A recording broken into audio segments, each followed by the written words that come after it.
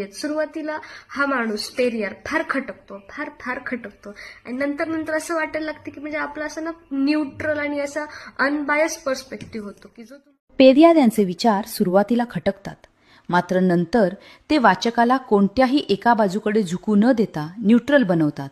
असा अनुभव आजपर्यंत पेरियार वाचलेल्या अनेक वाचकांनी आम्हाला बोलून दाखवलाय. पण त्यांचे हे विचार जर खरंच असे पटण्यासारखे होते तर ते नंतरच का पटतात? ते सुरुवातीलाच का पटत नाहीत? याचं उत्तर आपण एका उदाहरणामधून पाहूयात. स्त्रीवादी म्हणवणारे पेरियार पुरुष स्वातंत्र्याबद्दल बोलताना म्हणतात, या जगातील प्रत्येक पुरुषाला एकाहून अधिक लग्न करण्याचा हक्क असावा. इतकंच नाही तर त्याला लग्न न करता एखाद्या स्त्रीसोबत राहण्याचाही अधिकार असावा. याही पुढे जाऊन पेरियार म्हणतात की पुरुषांना लग्न न करता केवळ एक नव्हे तर एकाहून अधिक स्त्रियांशी संबंध ठेवण्याचीही मुभा असावी. तसं करणं हा त्यांचा नैसर्गिक अधिकारच आहे. काय अभद्र बोलतोय हा म्हातारा, असं वाटतंय ना? इथपर्यंत व्हिडिओ पाहिलाच आहे, तर आता पेरियार पुढे काय सांगतात तेही ऐका. पेरियार पुढे म्हणतात, असं स्वातंत्र्य ज्या ज्या पुरुषांना भोगावेसे वाटते त्यांनी ते खुशाल भोगावे, पण एका अटीवर.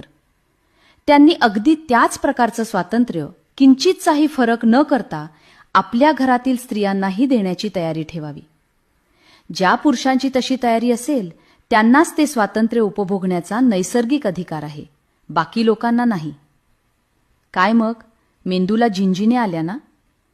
यातून पेरियार स्त्री आणि पुरुष दोघांनाही त्यांना आपल्या मर्यादा आणि स्वातंत्र्य याचा दोन्ही अंगांनी विचार करायला शिकवतायत. व्याभिचार नव्हे, ही गोष्ट ध्यानात घ्या. सुरुवातीला ज्यांना ज्यांना पेरियार खटकले किंवा ज्या ज्या पुरुषांना आपल्या नैसर्गिक अधिकाराची जाणीव होऊन आतून गुदगुल्या झाल्या, ते पेरियार यांच्या नंतरच्या वाक्यानं नक्कीच भानावर आले असणार. पेरियार यांचे विचार मांडण्याची पद्धत आहे तीही अशी. ते समजण्यासाठी मेंदूला ताण हा द्यावाच लागतो.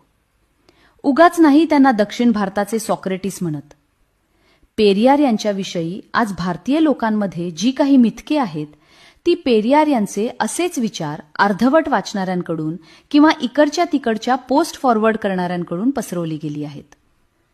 वास्तवात त्या पाठीमागची खरी भूमिका बऱ्याच लोकांना समजलेलीच नसते. पेरियार हा अर्धवट वाचण्याचा विषय नाही, तर तो पूर्णच वाचावा लागतो, ही गोष्ट ध्यानात घ्या. पेरियार यांच्याविषयीची अशीच परिपूर्ण माहिती समजून घेण्यासाठी दीपक गायकवाड लिखित पेरियार, मिथक आणि वास्तव हे पुस्तक जरूर वाचा. पुस्तक मागवण्यासाठी स्क्रीनवर दिलेल्या क्रमांकावर आत्ताच संपर्क करा.